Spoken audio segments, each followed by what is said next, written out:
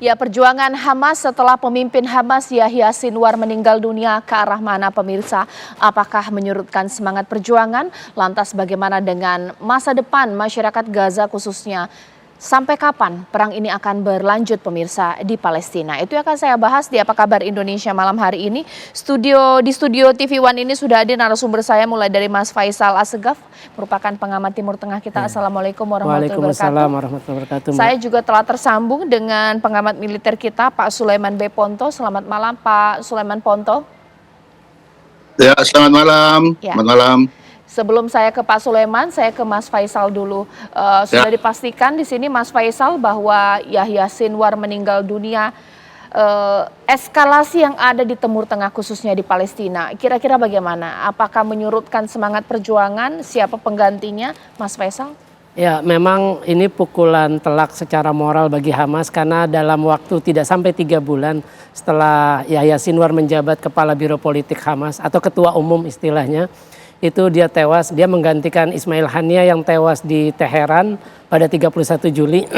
Tapi di lain pihak, Yahya Sinwar memberikan contoh teladan yang baik. Artinya dia sebagai pemimpin berani berada di garis depan. Jadi tidak seperti sangkaan Israel bahwa dia bersembunyi di dalam terowongan, dia memakai bahan peledak. Jadi seperti kisah Usama bin Laden ketika sudah terpojok akan meledakkan diri. Tapi sangkaan itu tidak benar dilakukan oleh Yahya Sinwar. Dia juga tidak menjadikan para sandera di Gaza sebagai perisai untuk melindungi dirinya. Yang kedua, seperti pernyataan Hamas dan juga wakil kepala Biro Politik Hamas untuk jalur Gaza, yaitu Khalil Al-Hayya, dia itu wakilnya Sinwar di Gaza. Dia bilang bahwa kematian Sinwar ini malah mengobarkan semangat untuk terus melawan. Apalagi juga Hamas ini kan bukan baru pertama kali kehilangan pemimpinnya mereka. 2004 pemimpin spiritualnya sekitar September 2004 itu Maret 2004, 22 Maret 2004 itu Syekh Ahmad Yasin tewas. Kemudian Aprilnya itu Abdul Aziz Rantisi, kemudian juga ada Ahmad Jabari ketika perang 2012, kemudian ada Yahya Ayas sebelumnya. Jadi Hamas ini tidak bergantung kepada pemimpin. Kenapa? Karena ini merupakan gerakan nasionalisme, gerakan untuk mengusir penjajah. Jadi ide-ide itu yang ditanamkan kepada anak-anak muda generasi Gaza. Kita tahu Hamas mempunyai camp tiap musim panas, libur musim panas di Gaza itu ada camp untuk melatih bagaimana menanamkan semangat patriotisme kepada anak-anak Gaza, juga menanamkan tauhid, dan artinya ketika mereka tahu bahwa mereka harus berjuang, itu istilahnya jihad bagi mereka. Oke, Pak Sulaiman Ponto, dalam 4 bulan terakhir ini atau mungkin dalam setahun terakhir ini, Yahya Sinwar adalah pemimpin Hamas yang terbunuh usai Ismail Haniyeh. Dalam kajian militeristik dan perjuangan Hamas di Palestina, saat ini posisi kekuatan Hamas itu seperti apa? Kalau misalnya mengatakan, wah ini menjadi catatan dengan perjuangan, apakah Israel semakin menguat, Hamas semakin melemah, itu seperti apa? Saya kira seperti dikatakan tadi ya, Hamas kita lihat sepertinya mereka kan patah tumbuh hilang berganti. Yang dari Hamas, sedangkan dari Israel sendiri juga dia punya niat bagaimanapun juga ini Hamas harus hilang, karena dalam sejarah pertikaian ini selalu Hamas yang bagi mereka yang menjadi masalah, sehingga ini akan lama ini siapa yang capek duluan. Nah ini kita bisa lihat, tapi bagi Hamas sendiri kita lihat mereka juga pada tumbuh hilang berganti, sehingga ini memang masih panjang. Karena dua belah pihak ini sepertinya tidak akan satupun yang masih mau mundur ini. Masih dua-dua kita sekarang hancur-hancuran kelihatannya seperti itu. Begitu. Baik, kalau Mas Faisal sebenarnya sosok Yahya Sinwar ini di mata para anggota kelompok militan dari Hamas ini seperti apa? Ada yang mengatakan dia memang sosok motivator, ideologis, seperti apa? Ya, memang dia kan salah satu komandan senior. Dia itu termasuk orang yang pertama kali merintis berdirinya Brigade Izzuddin Al-Qassam. Dulu dia punya nama organisasi, saya lupa. Jadi dia bentuk organisasi sekitar 80-an itu untuk menangkap para pengkhianat Palestina yang bekerja menjadi informan buat Israel. Jadi dia langsung eksekusi mati. Nah, karena peristiwa itulah sudah 4 informan Palestina yang jadi informan buat Israel. Dia akhirnya ditangkap oleh Israel. kemudian divonis hukuman mati, hukuman seumur hidup, tapi dia ditukar melalui pertukaran tahanan antara Hamas dengan Israel pada 2011. Jadi Yahya Sinwar ini merupakan orang yang sekaligus motivator, dia juga teladan. Kita tahu dalam pidatonya dia bilang ketika musim COVID itu, pandemi COVID, dia bilang ketimbang saya mati karena terkena COVID atau stroke atau jantung, saya lebih baik mati di medan pertempuran. Artinya dia sebagai pemimpin bukan orang yang pengecut seperti dikampanyekan, propagandakan oleh Israel, tapi dia berani memimpin di garis depan karena Israel setahun lebih mencari Yahya Sinwar tidak ketemu. Nah, dan kita tahu ketika tewasnya atau baku tembak itu bukan karena operasi yang memang direncanakan, bukan karena Israel tahu oh ini lokasi Yahya Sinwar. Jadi ada serdadu, itu serdadu dari pasukan infanteri yang baru 9 bulan. Ya. Baru jadi tentara 9 bulan, dia melihat ada 3 orang di sebuah bangunan. Nah itu langsung mereka menembak. Karena buat Israel siapapun orang itu yang mencurigakan, apalagi orang Palestina ya harus ditembak. Oke, dengan kematian Yahya Sinwar ini Pak Suleman Ponto, ini kan ada klaim dari Israel bahwa berkali-kali berhasil kemudian membunuh pemimpin Hamas. Padahal ini operasi yang tidak direncanakan. Ini seperti apa Pak Suleman? Ya, operasi direncanakan atau tidak bagi mereka bisa membunuh itu satu hal yang merupakan prestasi. Sehingga ini akan membuat mereka akan semakin juga intensif melaksanakan operasi itu. Mau apakah itu direncanakan atau tidak, yang penting mereka berhasil. Itu ukurannya dia, itu seperti itu. Oke, Mas Faisal, kalau sejauh ini kan banyak nama-nama ya yang kemudian disinyalir akan menjadi sosok pengganti yang paling diinginkan oleh kelompok pejuang Hamas ini. Seperti apa melihatnya? Saya kira ada 5 calon yang kemungkinan bisa yang akan menggantikan Yahya Sinwar. Yang pertama adalah abangnya, dia itu Muhammad Sinwar. Dia itu orang nomor 2 wakil Panglima Brigade Izzuddin Al-Qassam setelah Muhammad Daif. Kemudian yang kedua ada Khalid Mish'al. Khalid Mish'al ini pernah menjabat sebelum Ismail Haniyah itu kepala biro politik Hamas, dan dia itu sekarang jabatannya sebagai kepala biro politik Hamas untuk diaspora. Jadi orang-orang Hamas yang ada di berbagai negara. Kemudian yang ketiga Musa Abu Marzuk, dia juga pernah menjadi kepala biro politik Hamas. Kemudian juga ada Khalil Al-Khaya. Khalil Al-Khaya ini orang yang berpidato setelah kemenangannya Hamas, setelah kematiannya Yahya Sinwar. Dan yang menarik dari pidato Khalil Al-Khaya, kita jadi tahu posisi Hamas sampai saat ini adalah tidak mau mengakui eksistensi Israel. Kemudian yang kedua, dia pengen negara Palestina adalah negara Palestina, seluruh wilayah Palestina, makanya tidak mau mengakui eksistensi Israel dengan ibu kota Yerusalem. Jadi artinya solusi 2 negara yang didukung masyarakat internasional itu tidak akan berjalan baik karena Hamas sebagai faksi terbesar selain Fatah itu menolak eksistensi Israel. Terus kemudian ada juga calon lainnya yaitu Mahmud Zahar yang kelima ini. Mahmud Zahar itu pemimpin yang paling senior di Gaza. Saya pernah bertemu ketika ke Gaza, itu termasuk saya berhubungan dekat lah, sering nelpon sama dia, say hello. Nah dia itu sekarang umurnya 79 tahun. Dia termasuk pemimpin Hamas yang garis keras, sama seperti Yahya Sinwar.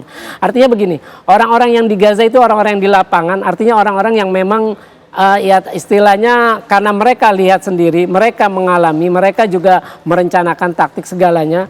Itu mereka adalah orang-orang yang memang berhaluan keras ketimbang yang berada di Doha. Oke, Pak Suleman Ponto, kalau dalam kajian ini kan memang sudah sejak tahun 87 kalau tidak salah ya, kelompok militan Hamas bahkan juga sebagai faksi. Pastinya tidak akan kekurangan orang untuk mencari pemimpin pengganti Yahya Sinwar. Seperti apa? Sama seperti Ismail Haniyeh, bagaimana Pak Ponto? Ya memang itu kenyataannya begitu. Mereka kan patah tumbuh hilang berganti seperti saya bilang tadi.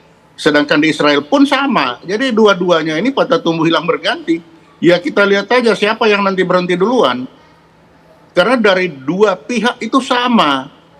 Lah bagaimana kita mau berhentikan dunia ini, yang satu tidak mau ada Israel, yang satu tidak mau ada Hamas. Itu memang itu masalah kita sekarang seperti itu. Itu fakta.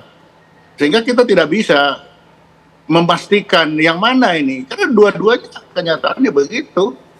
Dari Haniyeh barusan sudah ada pengganti. Nanti ini sebentar lagi katanya sudah ada pengganti. Nah itu akan terus-terus. Nah bagi Israel kematian itu merupakan bagi dia, wah ini keberhasilan. Sehingga dia akan meningkatkan malah supaya dia akan menjaga terus bahwa situasi itu ada di dia yang menguntungkan, situasi menguntungkan. Oke. Itu sudah pasti itu. Baik. Gitu. Ya, sesaat lagi saya tanya kepada Mas Faisal, siapa kira-kira sosok yang jadi akan pengganti Yahya Sinwar, pemirsa? Pastinya akan menentukan arah perjuangan kelompok Hamas ini seperti apa. Mungkinkah akan melakukan dialog, pemirsa? Ataukah mungkinkah akan ada rencana gencatan senjata? Karena kita ingin bahwa perang berakhir di Palestina sesaat lagi di Apa Kabar Indonesia Malam.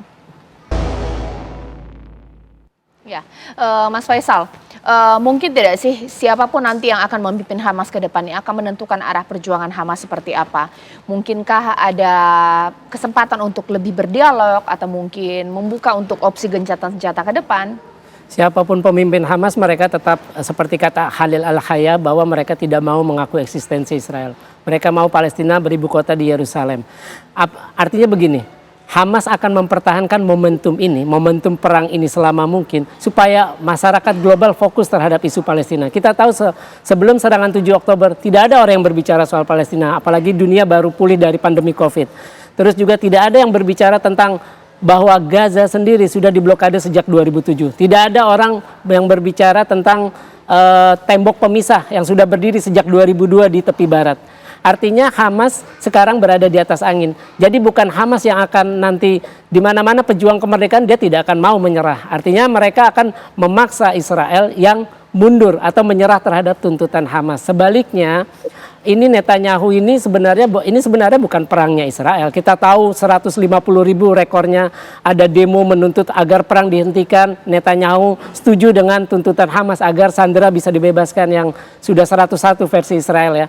Tapi kan Netanyahu perlu mempertahankan kekuasaannya. Jadi dia akan melakukan perang ini selama mungkin agar karirnya sebagai Perdana Menteri tidak jatuh. Dan terakhir itu ada polling 16% itu orang tidak mau lagi Netanyahu jadi Perdana Menteri kalau perang udah usai. Artinya Netanyahu akan mempertahankan perang selama ini. Nah, selama perang ini masih berlangsung, maka selama Netanyahu masih berkuasa, maka ya kemungkinan perang mungkin bisa sampai 2025. Oke Pak Suleman Ponto, kalau perang kemungkinan sampai dengan 2025 ini juga disorot. Nah, respon dunia internasional melihat ini seperti apa? Opsi gencatan senjata ini memungkinkan tidak Pak Ponto? Ya ini tergantung mereka berdua. Dunia dari dunia sudah pasti mengharapkan supaya ada gencatan senjata. Tetapi kalau dia berdua tidak mau gencatan senjata, ya bagaimana? Semua dunia pengen gencatan senjata. Tetapi kita lihat di lapangan, bagaimana Hamas tidak mau menginginkan ada Israel, Israel juga tidak mau dia hilang dari permukaan bumi. Nah ini kan susah. Jadi bagaimana kita dari luar berupaya supaya berdua itu berdamai, tapi berdua ini tidak mau duduk bersama, tidak mau dua-dua ada di muka bumi. Bagaimana Israel juga tidak mau dia hilang, Hamas juga tidak mau ada Israel. Nah ini kan susah ini. Jadi bagaimanapun dari dunia ingin berdamai, tapi kalau dari berdua itu tidak mau berdamai, ya semua tergantung mereka berdua ujungnya. Iya. Kan begitu. Pak Ponto, tapi kalau misalnya melihat ini Israel berhasil menewaskan 2 pemimpin Hamas dari Haniyeh hingga Yahya Sinwar. Ini artinya bahwa hubungan ini sudah semakin memanas. Untuk opsi berdialog antara kedua kelompok ini tidak memungkinkan atau bagaimana? Ya kalau bagi saya kelihatannya kok agak susah ya. Bagi Israel melihat ini ada mereka akan mempertahankan momentum ini bahwa ini ada keunggulan di dia. Tetapi di satu sisi juga seperti katakan tadi, bagi Hamas mereka bagaikan patah tumbuh hilang berganti. Esa hilang dua terbilang. Ya. Dia akan mempertahankan juga bahwa kita satu hilang dua terbilang. Nah, terus bagaimana kalau begini? Oke, Mas Faisal. Ya lagi kembali kita bercoba untuk mendamaikan. Tapi kalau yang didamaikan tidak mau mengambil kedamaikan susah juga. Begitu. Baik, Mas Faisal. Ya, perang Gaza ini makin membuka borok standar ganda kemanusiaan pihak Barat, kemudian juga makin menegaskan impotensi Dewan Keamanan PBB yang tidak mampu memberikan sanksi terhadap Israel yang sejak mereka terbentuk 48 terus melanggar hukum internasional dan resolusi Dewan Keamanan PBB sendiri. Ya, terima kasih Mas Faisal, terima kasih Pak Ponto. Kita harapkan nanti akan ada pemimpin kelompok Hamas nantinya yang kemudian keluar. Apapun itu yang terbaik untuk masyarakat Palestina pastinya pemirsa. Dan kita berharap perang di Gaza ini segera berakhir.